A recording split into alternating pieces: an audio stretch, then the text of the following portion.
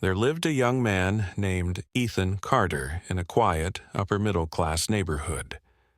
At 17, he was tall, lean, and carried himself with quiet confidence.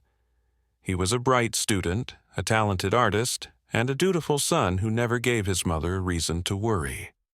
But in a world where perceptions were shaped by fear and prejudice, none of that mattered. To some, he was just another young black man in the wrong place at the wrong time.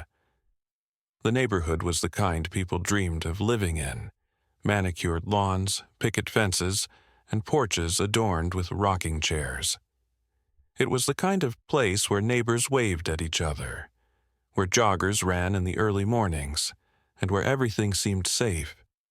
But for Ethan, it was also a place of silent judgment, of sideways glances that carried unspoken messages.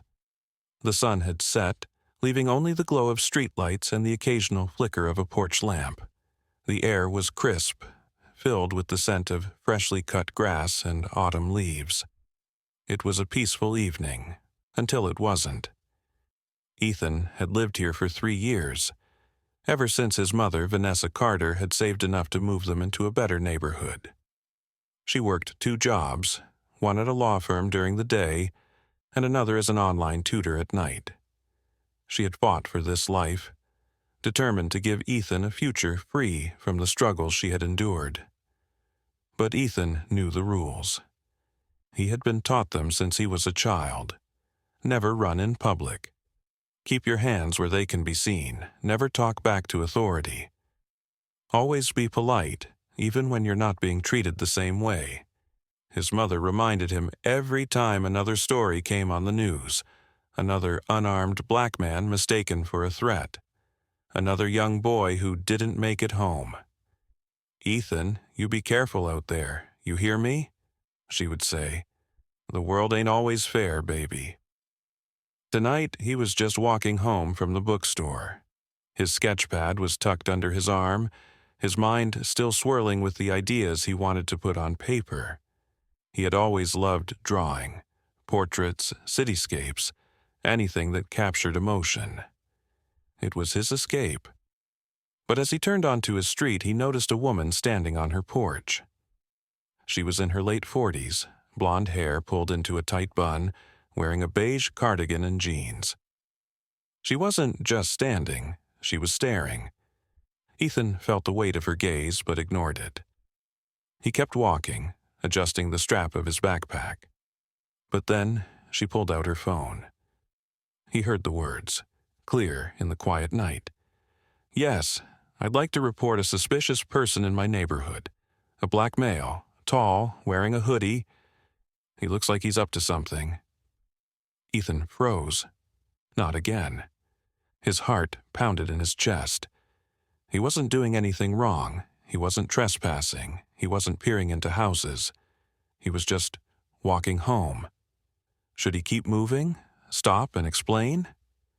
It didn't matter, because within minutes the red and blue lights slashed through the darkness. The police car pulled up fast, tires screeching as it came to a stop. 2 officers stepped out, one older, his hand resting near his holster, and the other younger, scanning the scene with wary eyes. "Hands where we can see them," the older officer commanded. Ethan obeyed immediately, raising his hands. His breath felt heavy in his chest. "What are you doing in this neighborhood?" "I live here," Ethan said, forcing himself to stay calm. "I was just walking home." The woman on the porch crossed her arms. "He was looking around like he was casing houses," she insisted. "No, I wasn't," Ethan said, keeping his voice steady. The older officer stepped closer, eyes narrowing. "You got ID?" Ethan moved slowly, reaching into his pocket, making sure his movements weren't sudden. He pulled out his wallet, handed over his school ID. The younger officer studied it, frowning. "He's telling the truth. He lives 2 blocks from here." The woman scoffed. "How was I supposed to know that?" Ethan clenched his jaw. "You could have asked." For a moment, there was silence. The older officer exhaled, stepping back. All right, kid, you're good to go. That was it. No apology, no acknowledgement that they had just put him through a moment of fear he wouldn't forget. Just a dismissal. Ethan turned and walked home, his hands still shaking. He unlocked the door, stepping inside as his mother looked up from the couch, her face immediately tightening with concern. "Ethan, baby, what's wrong?" He sat down beside her, rubbing his face. "She called the cops on me, Mom. I was just walking."